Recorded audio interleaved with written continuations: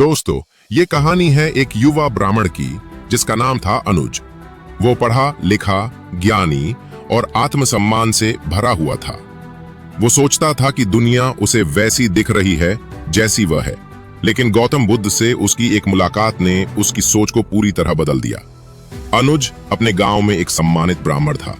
एक दिन गांव में चर्चा फैल गई कि गौतम बुद्ध पास के नगर में प्रवचन देने आए हैं। लोग समूहों में जाकर बुद्ध की बातें सुन रहे थे और प्रभावित हो रहे थे। अनुज को यह पसंद नहीं आया। उसने सोचा, ये बुद्ध कौन है? लोग उसके पीछे क्यों भाग रहे हैं? ये सब दिखावा है। ज्ञान तो शास्त्रों में होता है, न कि किसी जंगल में घूमते साधु के पास। उसने निश्चय किया कि वो जाकर बुद्ध से बहस करेगा और उन्हें सबके सामने पराजित करेगा। अगले दिन वो सुबह सुबह बुद्ध के प्रवचन स्थल पर पहुंचा। वहां सैकड़ों लोग मौन में बुद्ध की बातें सुन रहे थे।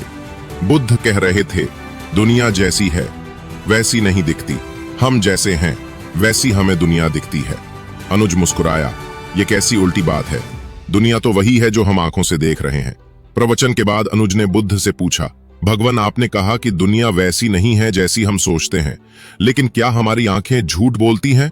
अगर सामने कोई कांटा हो तो क्या वो फूल बन जाएगा? बुद्ध मुस्कुराए और बोले, नहीं अनुज, कांटा कांटा ही रहेगा, लेकिन यह तुम्हारे ऊपर है कि तुम उससे बचकर निकलते हो या उस पर पैर रखकर दोष दूसरों को देते हो। बुद्ध ने अनुज से एक प्रयोग करने को कहा।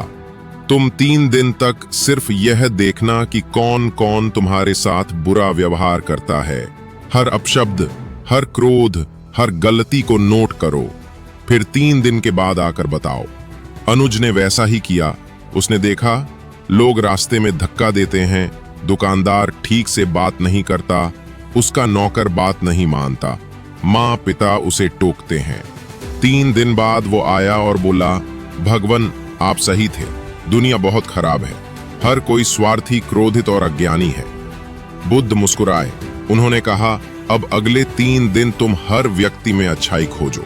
कौन मुस्कुराता है, कौन सहन करता है, कौन मदद करता है, इन बातों को देखो। अनुज ने अनिच्छा से मान लिया, लेकिन जैसे जैसे वह ध्यान देने लगा, उसे दिखने लगा कि वही दुकानदार उसे पानी देता है, उसका नौकर बिना कहे काम करता है, माँ पिता उसकी चिंता करते हैं।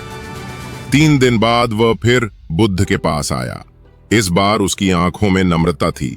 भगवान, आप सही थे, पहले मुझे दुनिया बुरी दिख रही थी क्योंकि मैं केवल बुराई देख रहा था। जब मैंने नजरिया बदला तो अच्छाई दिखने लगी।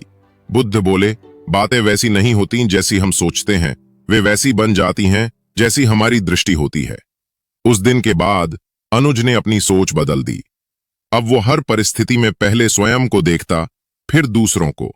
जब कोई गलती करता तो वो पूछता, क्या मुझसे भी ऐसी गलती हो सकती है? धीरे धीरे वो गांव का सबसे शांत और सुलझा हुआ व्यक्ति बन गया। दोस्तों, इस कहानी से हमें यह सीखने को मिलता है कि हम जैसे सोचते हैं वैसी ही हमें दुनिया दिखाई देती है।